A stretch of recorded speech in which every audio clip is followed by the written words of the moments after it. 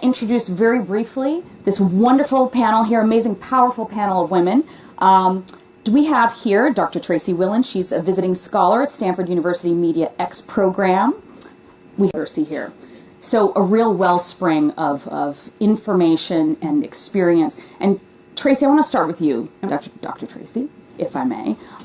When we talk about the gender gap, it seems, well, we all know what that is, but the assumption as to that it exists and where it starts is very interesting. You have some great insight as to where this starts, this gap. Sure. So for example, those young ladies there, that's our new Generation Z. So a lot of my research has been looking at women in the workforce by generations, and not only on technology, but on literacy, on finance, and on leadership.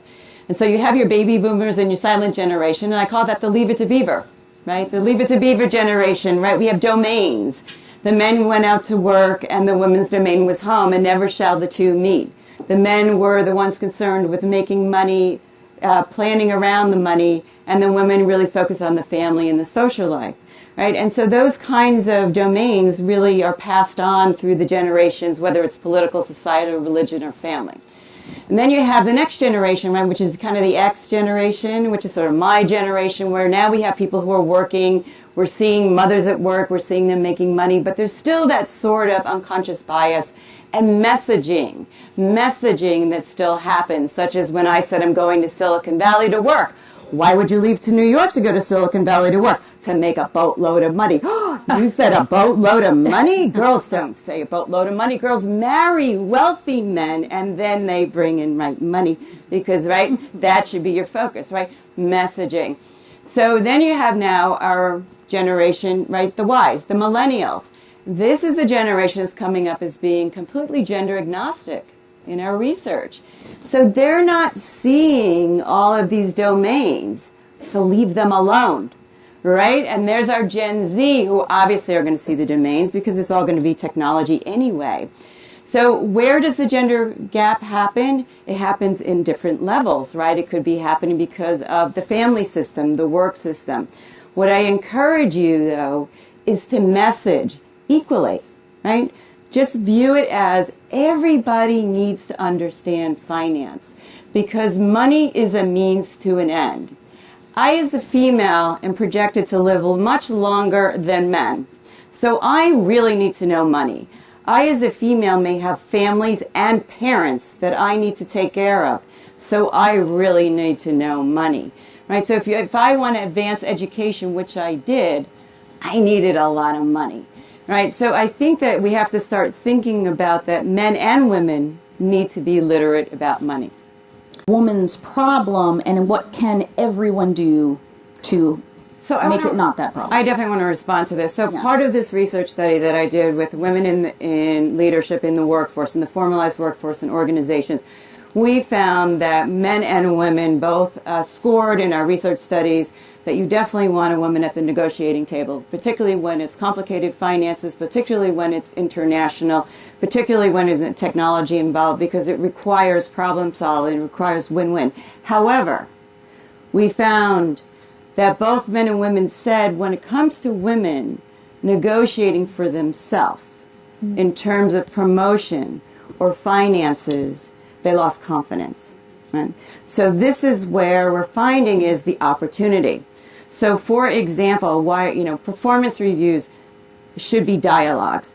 Constant dialogues about where you want to go. Giving women the visibility as much as you give the men about what are the grade ranges, what's the next step, how are you going to get there. Women need to do their homework on what you have to know what you're worth. You cannot go in asking for money if you don't know what you're worth. And there's so much technology out there today. Don't tell me you don't know what you're worth down to the zip code. So a lot of it is both sides, right? When I was running a division, I worked with the controller to have two sets of books. One was for me and the controller that had all the really, confidential financial information. But the second set of books I shared with my team of all levels, because I wanted them to understand a budget. I wanted them to understand expenses. I wanted them to have training, that inherent training that a lot of guys get, that women don't get. I wanted them to have an edge up. So I think it's, both sides. I don't think it's a women's issue. I think it's just this knowledge of, what's the politics in this company? What's the culture in this company? Is it going to work for me? And how do I get ahead in this environment? And Anno, you talk. I don't think it's any different than when we grew up. Both of my parents were involved. My mother gave me the boot at 13, said get out of the house, start babysitting, start bringing in a check. And then as soon as I brought in that $5 bill, she said, there's no candy for you. This is going into the bank. And then my parents sat down and they got me Money magazine, and I was only like 13 years old, and they wanted me to understand interest and compound interest. So I don't think that's changed. I think what's changed is we had piggy banks back then, and we actually understood what coins and dollar bills look like. I'm not too sure if my nephew, who's a Z, even knows that because he only dealt with gift cards. So I think we have to do the same kind of education, right, with having a cashless society. And it's less real if you think about it, right, because in a piggy bank you see the money come and go. In a gift card you're not too sure. It's a little nebulous. So I don't think any of that changes at all, but I would also encourage that you do what my parents did. The same thing is everybody go out and work. Everybody, understand it and, get a job. And if you need to be a paper boy, be a paper boy. If you need to be a night diner person, be a night diner person. It doesn't matter. Just start working and understand money and start saving it for something that's of use to you. Anna, what are women for this?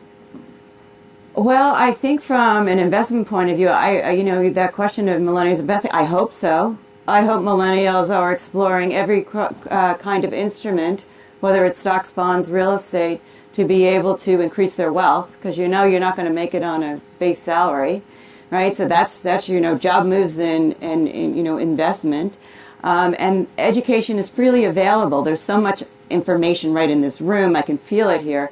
There are people who would help. So I think, you have to take the onus upon yourself to make good choices in your jobs, to make good choices in your job moves, to make good choices in your investments and education so that you can be successful. I always tell people, look at yourself as a product. You are a product. You are a revenue stream. You're going to be living to 100 or so. You're going to be working for 50 or 60, 70 years.